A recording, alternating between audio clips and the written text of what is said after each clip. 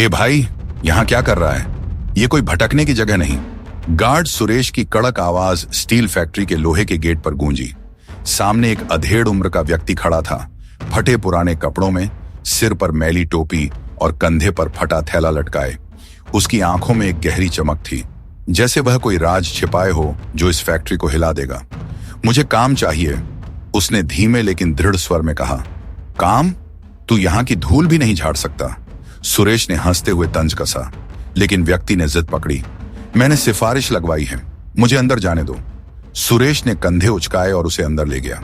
वह व्यक्ति कोई और नहीं बल्कि फैक्ट्री का मालिक रमेश चंद्र था, लेकिन वह आज एक मजदूर बनकर सिफारिश के बहाने क्यों आया था, यह रहस्य पूरे शहर को झकझोरने वाला था। रमेश का यह कदम एक अनाम चिट्ठी से शुरू हुआ था, जो उनके ऑफिस टेबल पर मिली थी। उसमें लिखा था, साहब, आपकी फैक्ट्री में मजदूरों का खून बह रहा है। खराब मशीनें, बासी खाना और सुपरवाइजर रवि की धोखाधड़ी। वह सस्ता खराब माल खरीदकर कंपनी को लूट रहा है। सच जानना है तो खुद देखिए। चिट्ठी ने रमेश के दिल को चीर दिया। उन्होंने फैसला किया कि वह मजदूर बनकर सच्चाई जानेंगे। अनिल मेहता, रमेश के पुराने दोस्त और फैक्ट्री के सीईओ, ने उन्हें रोका था। रमेश जी, यह खतरनाक है। अगर राज खुल गया तो क्या होगा? लेकिन रमेश अडिग थे। सुबह की हलचल के साथ फैक्ट्री में मशीनों की गड़गड़ाहट शुरू हुई। रमेश, जिन्हें अब सब रामू कह रहे थे, पुरानी नीली वर्दी में भारी लोहे की छड़ें उठा रहे थे। उनके हाथों में पसीना और धूल थी, लेकिन उनकी आंखें हर कोने को स्कैन कर रही थीं। सुपरवाइजर रवि शर्मा, एक क्रूर और बदतमीज आदमी, ने उन्हें देखा और चिल्लाया, ए रामू, सिफारिश से आया है तो क्या? तेजी दिखा, वरना बाहर का रास्ता तैयार है। रमेश ने चुपचाप सिर हिलाया, लेकिन उनके दिल में तूफान उठ रहा था। एक पुराना कर्मचारी, बंसी, जो फैक्ट्री के शुरुआती दिनों से था, ने रमेश को गौर से देखा। कहीं देखा है तुम्हें?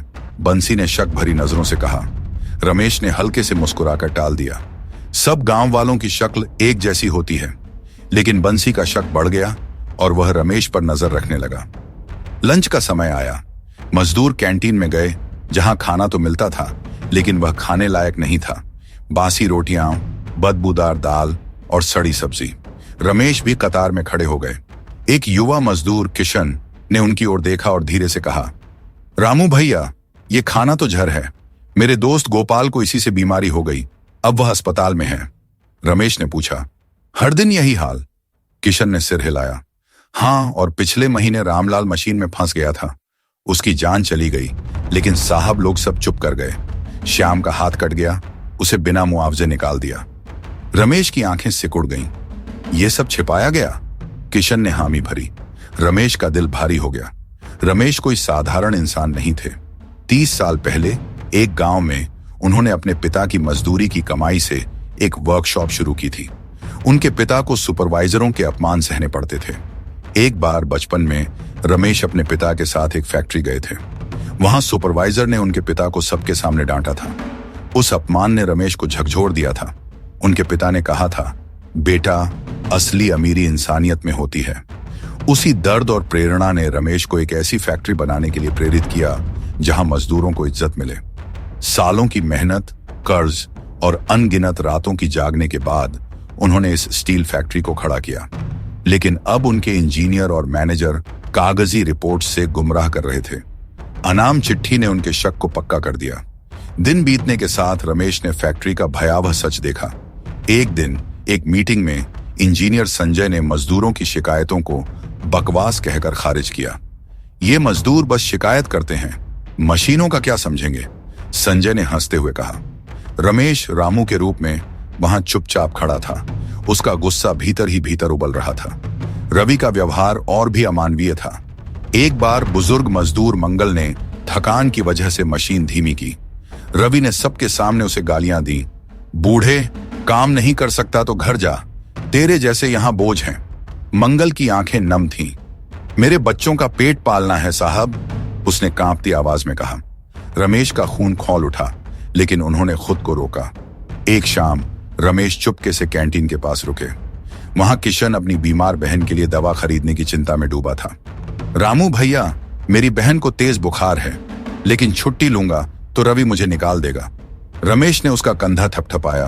बेटा, सब ठीक होगा। बाद में रमेश चुपके से किशन के घर गए और उसकी बहन के लिए दवाइयां छोड़ आए, बिना किसी को बताए। उसी रात वह रिकॉर्ड रूम में गए। वहां उन्हें फर्जी बिल और रवि के हस्ताक्षर मिले, जो दिखाते थे कि रवि ने सस्ता खराब माल खरीदकर कंपनी को नुकसान पहुंचाया और मजदूरों को खतरे में डाला। बंसी ने उन्हें पकड़ लिया। तू यहां क्या कर रहा है? मैंने तुझे पहले भी देखा है, बंसी ने शक भरी नजरों से कहा। रमेश ने शांत स्वर में जवाब दिया, बस कुछ ढूंढ रहा हूं। बंसी ने उसे जाने दिया, लेकिन उसका शक और गहरा गया। 5वें दिन तनाव चरम पर था। एक मजदूर राकेश खराब मशीन में फंसते फंसते बचा। रमेश ने उसे खींचकर बचाया, लेकिन रवि ने चिल्लाया, रामू, तूने मशीन बंद क्यों की? काम का नुकसान हुआ। भीड़ में अफरा तफरी मच गई। रमेश अब चुप नहीं रह सकते थे। अगली सुबह वह अपने असली रूप में फैक्ट्री पहुंचे। सादा सूट, चमकते जूते और अनिल मेहता, उनके पुराने दोस्त और फैक्ट्री के सीईओ के साथ। गार्ड सुरेश हक्का बक्का रह गया। साहब, आप?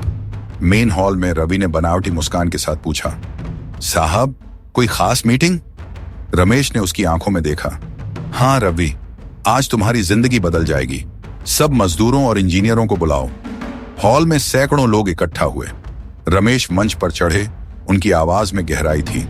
मेरे भाइयों और बहनों, पिछले 5 दिन मैं आपके बीच रामू बनकर मजदूरी कर रहा था। मैं रमेश चंद्र हूं, इस फैक्ट्री का मालिक। हॉल में सन्नाटा छा गया। किशन की आंखें चौड़ी हो गईं। रामू भैया, आप साहब, उसकी आवाज टूट रही थी। बंसी ने चौंक कर कहा, मुझे शक था आप वही हैं जो पहले वर्कशॉप में मेरे साथ काम करते थे। रमेश ने सिर हिलाया। हाँ किशन। बंसी, एक अनाम चिट्ठी ने मुझे आपके दर्द का सच जानने के लिए मजबूर किया, लेकिन जो मैंने देखा उसने मेरा दिल तोड़ दिया। रामलाल की मौत, श्याम का कटा हाथ, गोपाल की बीमारी, बासी खाना और सुपरवाइजरों का अत्याचार, सब छिपाया गया। और रवि, तुमने सस्ता खराब माल खरीदकर कंपनी को लूटा और मजदूरों की जान को खतरे में डाला। रमेश ने रिकॉर्ड रूम से मिले फर्जी बिल सबके सामने रखे। उनकी आवाज कांप रही थी। मेरे पिता मजदूर थे। मैंने उनके अपमान को देखा था। मैंने यह फैक्ट्री बनाई थी ताकि कोई मजदूर उस दर्द से न गुजरे, लेकिन मैं नाकाम रहा। मंगल आगे बढ़ा। उसकी आंखें नम थीं। साहब, आपने हमारे लिए इतना सोचा, यह हमारे लिए बहुत है। रमेश ने उसका हाथ पकड़ा। नहीं मंगल जी, यह मेरा कर्तव्य है। उन्होंने किशन की बहन के लिए दवाइयां लाने की बात बताई। किशन रो पड़ा। रमेश ने रवि और संजय की ओर देखा। रवि, तुमने मजदूरों को अपमानित किया और कंपनी को लूटा। संजय, तुमने खराब मशीनें नजरअंदाज की। तुम दोनों को इसकी सजा भुगतनी होगी। रवि गुस्से से चिल्लाया, आप ऐसा नहीं कर सकते। मजदूरों, मेरे साथ आओ, यह हमें दबाना चाहता है। लेकिन मजदूर चुप रहे। किशन ने कहा, रवि साहब, आपने हमें दबाया, साहब ने हमें बचाया। रवि टूट गया और घुटनों पर गिरकर माफी मांगने लगा। रमेश ने कठोर स्वर में कहा, माफी नहीं, मेहनत से अपनी गलती सुधारो, लेकिन पहले तुम्हें कानून का सामना करना होगा। रमेश ने अनिल को इशारा किया और पुलिस हॉल में दाखिल हुई। रवि और संजय को हथकड़ी में ले जाया गया। मजदूरों ने तालियां बजाईं। उनकी आंखें नम थीं। रमेश ने किशन को बुलाया। ये लड़का किशन, जिसने अपनी बीमार बहन के लिए रात दिन काम किया, अब नया सुपरवाइजर होगा। हॉल में तालियां गूंजी। किशन की आंखों से आंसू बह रहे थे। उस दिन के बाद फैक्ट्री बदल गई। मजदूरी बढ़ी, मशीनें ठीक हुईं, कैंटीन का खाना सुधरा और हर मजदूर को इज्जत मिली। रामलाल के परिवार को मुआवजा मिला, श्याम को नौकरी वापस दी गई और गोपाल का इलाज कराया गया। रमेश ने हर मजदूर के दिल में जगह बनाई। उनकी कहानी शहर में फैली। लोग कहने लगे, रमेश चंद्र ने साबित किया कि असली मालिक वही है जो अपने लोगों का दर्द समझे और सच के लिए लड़े। यह कहानी हर उस इंसान की है जो इंसानियत को जिंदा रखता है। क्या आपने कभी किसी मजदूर को अपमानित होते देखा और उनकी मदद की? क्या आपने कभी बिना स्वार्थ के किसी की जिंदगी बदली? उस पल को हमारे साथ कमेंट में शेयर करें और इस कहानी को अपने दोस्तों तक पहुंचाएं। अगर आपको यह कहानी पसंद आई हो तो मेरे चैनल को लाइक, फॉलो और सब्सक्राइब करो। आइए एक ऐसी दुनिया बनाएं जहां हर इंसान की कीमत उसके दिल से हो, न कि उसके कपड़ों से।